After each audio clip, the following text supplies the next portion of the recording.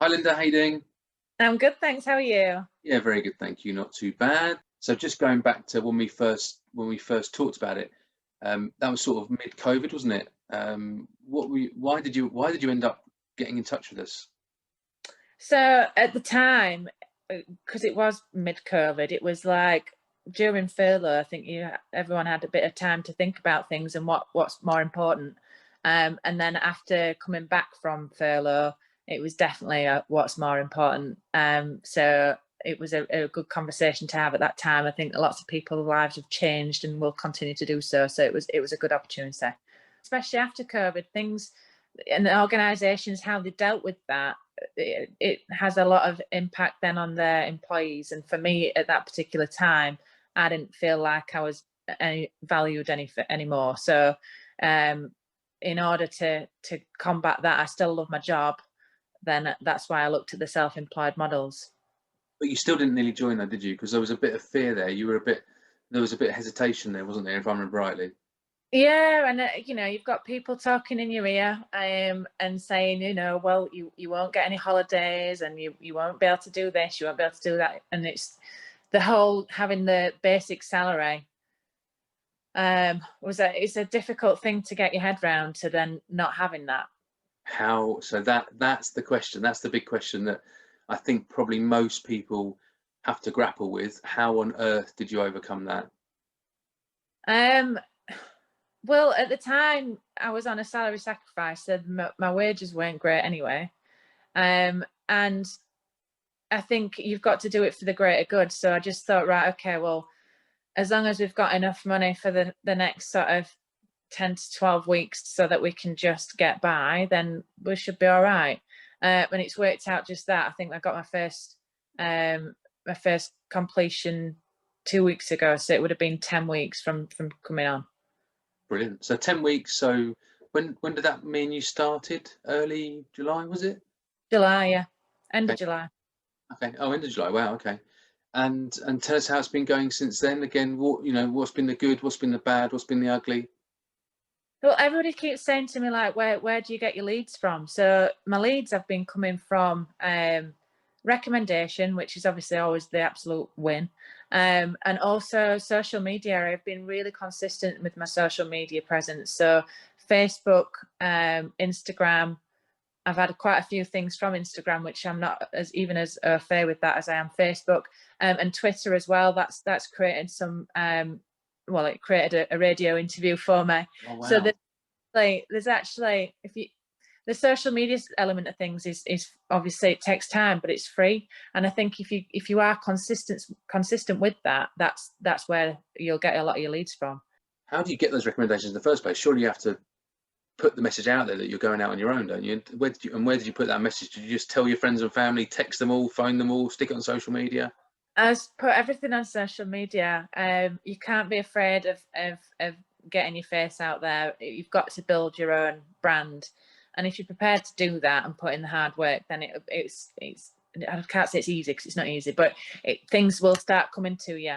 And once then you've got a couple of boards up, then boards breed boards. Everybody knows that. You start to then have better conversations with your buyers, better conversations with your vendors.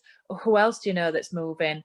I got two off the back of, in fact, I sold one in the space of an hour because one of the ladies who I contacted through Facebook on Marketplace, she'd advertised or tried to advertise her own house, and initially said no to me, and then phoned me back about 3 weeks later and said, "Yeah, come on."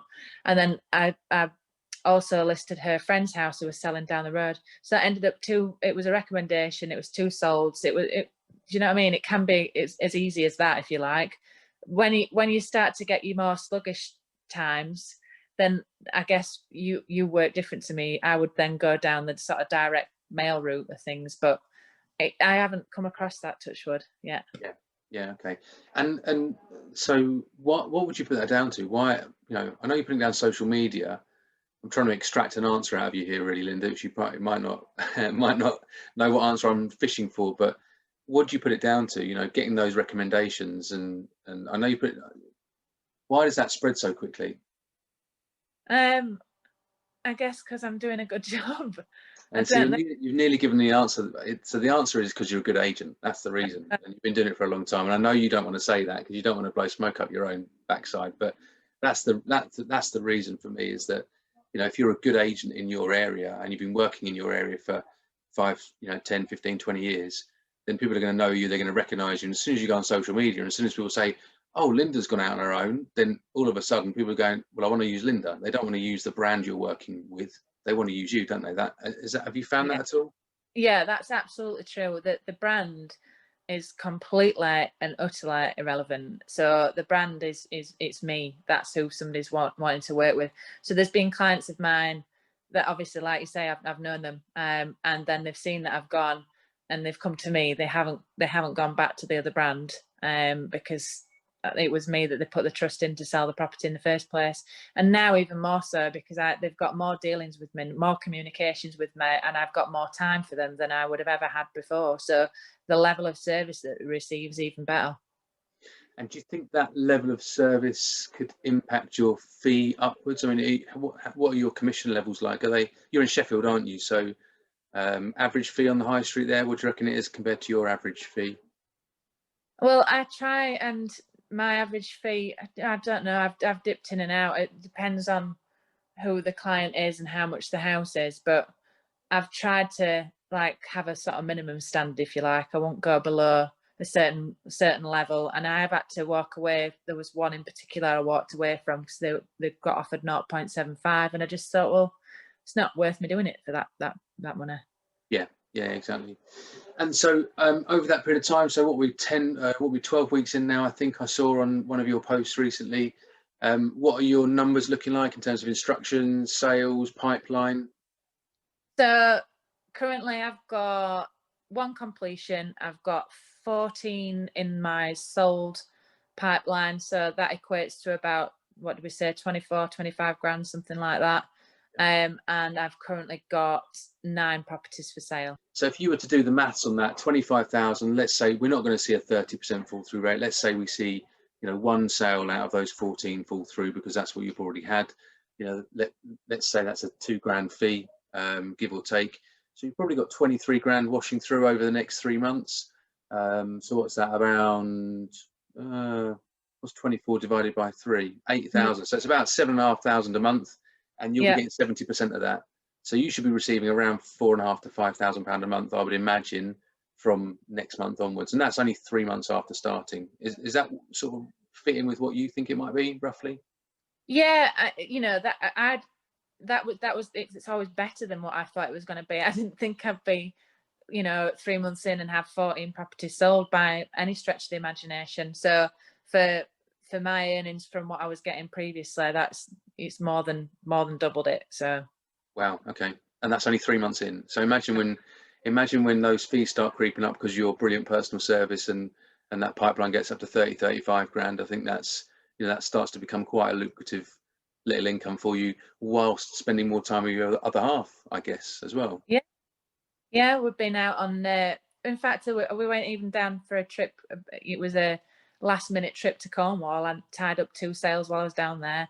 And then we've had more time together and with the dog and things like that. So it's just nice not having that rigidness of like having to go to an office, and just seems silly now especially after COVID, like just going in place from 8:30 till 6 o'clock just because you're told to. It's just weird. Yeah, no, exactly. No, good. Well, look, I think, you know, for me, it's all about that success, is showing that success. People have looked at the model. There's lots of people watching it. I know there is. Hello to all of you. And, you know, but people want to see success, and rightly so. And you were one of the pioneers, jumped on board early doors. You know, there was no social proof for you, really. There was a few little bits, you know, nice stories that we were able to tell, but nothing like what we're able to tell now, because there's so many of you succeeding, and pulling in, like you just said, you know, double what you were when you were at your previous role, and having more time to spend with the people that you want to spend time with. So we'll try and keep these up, Linda, if that's all right with you. We'll try and do a monthly 6-weekly review, see how you're getting on, what you're up to, where you're up to, if that's all right with you. And but thank you very much for joining us, and I'll speak to you soon. Fabulous. Thank you. Cheers, Linda. All right, see ya. Bye.